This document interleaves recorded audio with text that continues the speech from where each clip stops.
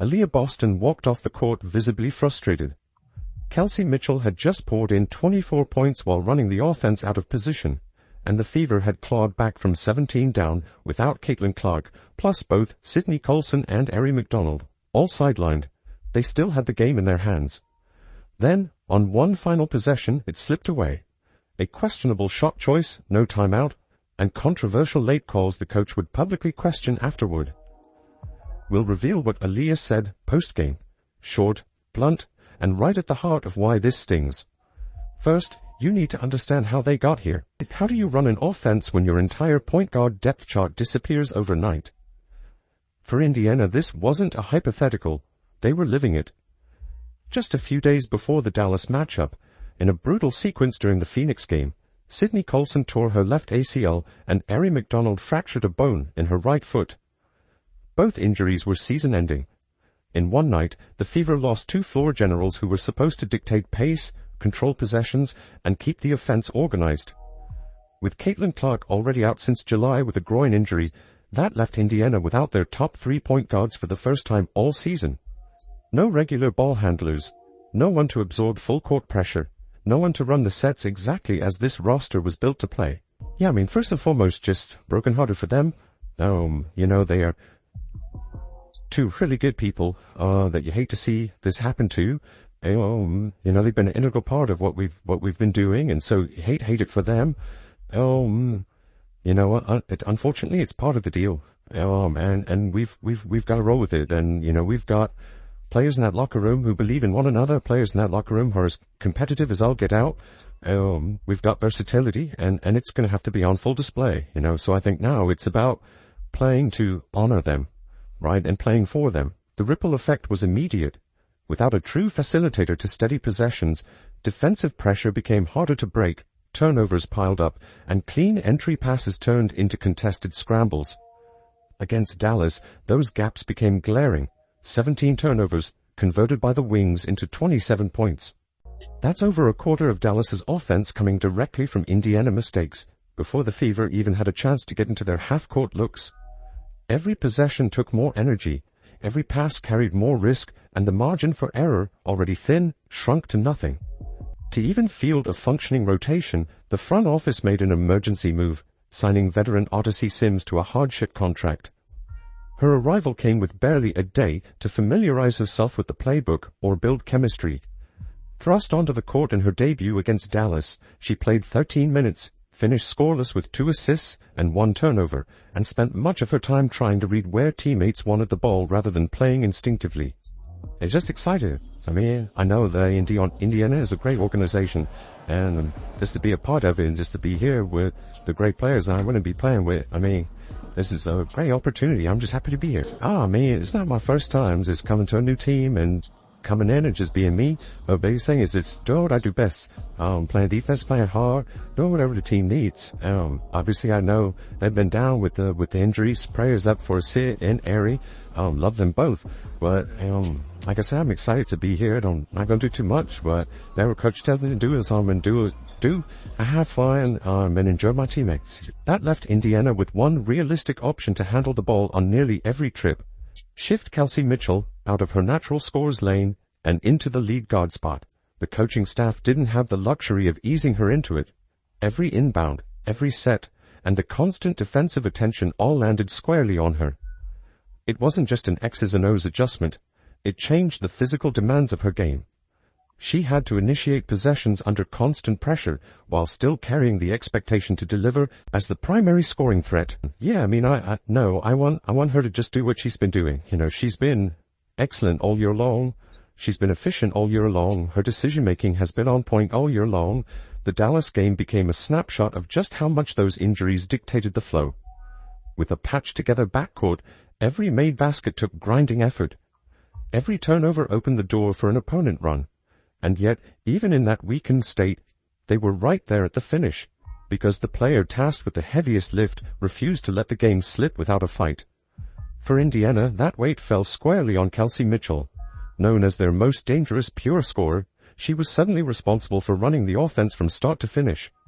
Normally she's catching the ball in scoring position, not dribbling it up through traps or orchestrating half-court sets.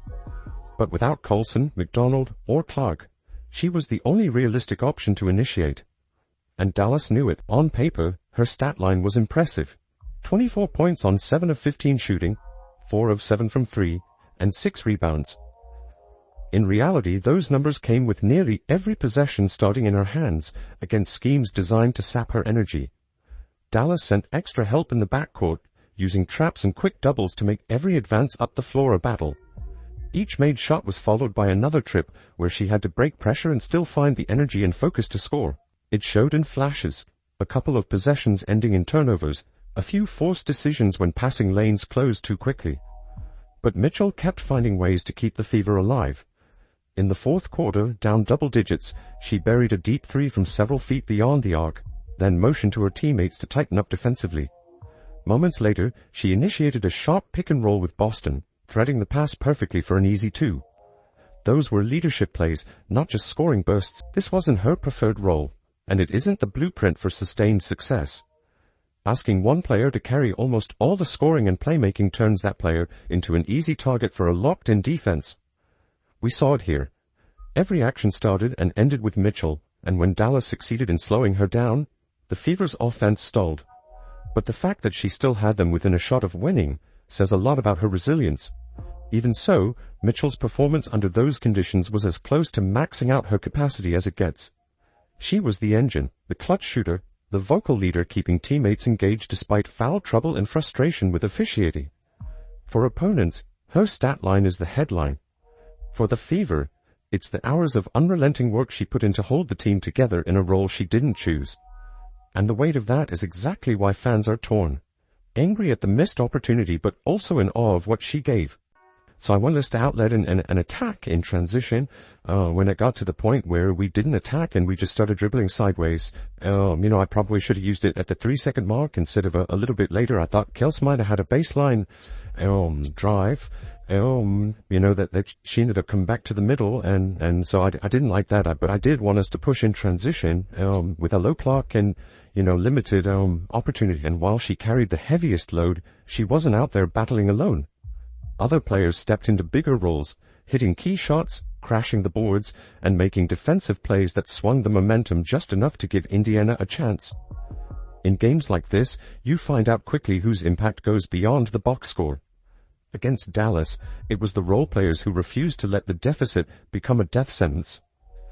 Sophie Cunningham was relentless, knocking down 14 points on 5 of 10, shooting and drilling 2 triples that swung the crowd back into it.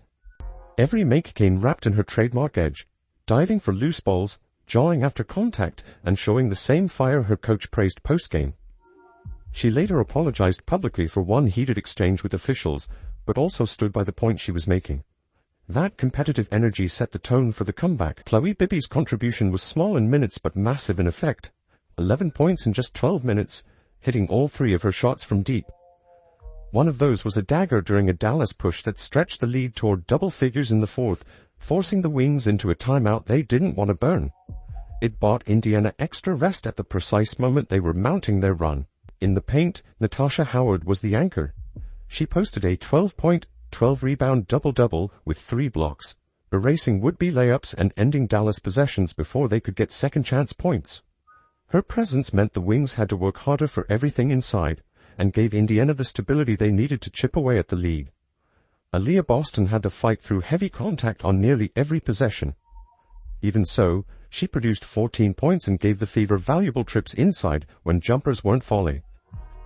Her willingness to battle in the post kept Dallas from fully breaking free earlier in the second half, and created balance in the offense when the perimeter shot wasn't there. Lexi Hull's role was singular but important. Make Paige Bucher's work for every attempt. She chased over screens, contested angles, and disrupted passing lanes. Hull didn't score, but her defensive focus in the middle of the fourth slowed Dallas just enough to keep the momentum in Indiana's favor. This was not the story of one player going supernova. It was everybody doing exactly what the moment demanded. Indiana outscored Dallas 25-14 in the fourth quarter, earning themselves a legitimate shot to win despite missing their entire point guard rotation. That's why what happened in the closing seconds stung more. They had built the platform for a statement win, only to see it undone in a way that felt avoidable. The Fever's fight back into contention against one of the league's more physical teams should have been the headline. Instead, the post-game conversation veered toward choices and moments that had nothing to do with the hustle plays we just walked through. Those final possessions, and how they were handled, are what shifted the focus away from the collective effort and towards something far more contentious. In the closing seconds, Indiana's shot at a statement win came down to one decision, and it wasn't made in time. With about 11.7 seconds left, the Fever secured a defensive rebound, trailed by 1, and chose to push the ball instead of using their last timeout. Kelsey Mitchell ended up taking a tightly contested jumper in transition that missed, and Dallas grabbed the rebound. Stephanie White stopped play with just 1.7 seconds on the clock, far too late to draw up anything meaningful. Afterward, she admitted, "I probably should have used it at the 3-second mark." A rare public acknowledgement from a coach owning a tactical mistake in a critical moment. That split-second hesitation was the kind of detail that can decide a season's trajectory. But clock management wasn't the only storyline. Officiating became just as much a part of the conversation, because there were concrete, high-impact moments that left the Fever fuming. One came in the fourth quarter, when Aliyah Boston fought for position under the rim and the Dallas center clamped her arm. Instead of calling a hold or a foul on Dallas, officials whistled Boston. The call stood after review, drawing surprise from broadcaster Rebecca Lobo, who said she expected it to be overturned. In another stretch, Sophie Cunningham was hit with a flagrant foul for a closeout on Paige Buchers after a review. This, soon after Buchers herself had a flagrant on a similar landing space play upgraded earlier in the game. To make matters worse, Mitchell later absorbed almost identical contact on a jump shot without any whistle at all. For Indiana, that inconsistency wasn't just frustrating, it altered possessions in ways that swung momentum. White voiced what many Fever fans have argued all season. Kelsey is held or chucked on every freaking possession and never gets a call off the ball, she told reporters. Aliyah is the worst officiated post player in the league. It was blunt, direct, and left no doubt how she, and her roster, felt about the standard applied to their stars. Yeah, I think, it was a physical game, I think there's a double standard in how people get their calls. I think Kelsey Mitchell, number 1, is held or chucked on every freaking possession and never gets a call off the ball. I think Aliyah Boston is the worst officiated post player in the league. She never gets a call. And there's a double standard there. Certainly. But, again, if it's gonna be physical and you're gonna allow us to be physical, then allow both teams to be physical. If you're gonna call the holds and you're gonna call the chucks and you're gonna then call it both ways. So, I think that we've been pretty consistent in what we're asking for. And I didn't feel like it was consistent, especially for those two. I think you could call foul every time down the floor for those two. You could see the emotional toll stacking up in real time. Cunningham's boiling point came after being shoved by Buchers, immediately reacting with a clear, "God damn it," before walking away. That raw display ended with her apologizing post-game, but it was yet another visible signal that composure was fraying. Even Caitlin Clark, sidelined with a groin injury, joined in the silent protest, clapping forcefully in the direction of referee Amy Bonner after the final buzzer. And during one tense late-game exchange between White and an official, Boston stepped in, visibly upset, before Clark put a hand on her coach to calm things down. Boston's post-game assessment was as economical as it was loaded. "We need better focus." It read two ways, part self-critique, part reflection on a night where external chaos threw them off rhythm. That dual meaning captured the delicate balance between acknowledging what they could control and calling out what they could not. I think it got better as the game went on, but I think, just starting, I think the physicality level was a little bit different on both sides of the ball, and, but for us really, I think it's gotta be our focus. Like, we gotta make sure that we're connected on that end, making sure that we're in the right places for passes, and just, being more conscious of us having that ball. The stakes only magnified the frustration. Dallas was a bottom 3 team this season, expected to be more concerned with draft positioning than playoff impact. Indiana needed the win to steady themselves in the standings. Instead, they slid to 6th, tightening the postseason race with only a handful of games left. And while some voices have called for White's job in the wake of the loss, it's worth remembering she's navigated a roster shredded by injuries while still keeping the team in the playoff picture. The Fever themselves have repeatedly praised the group's resilience and growth under her watch. Whether this moment becomes a turning point or just another missed chance will depend on how they respond. The Fever have proven they can scrap their way into playoff position despite a gutted backcourt and a tight rotation.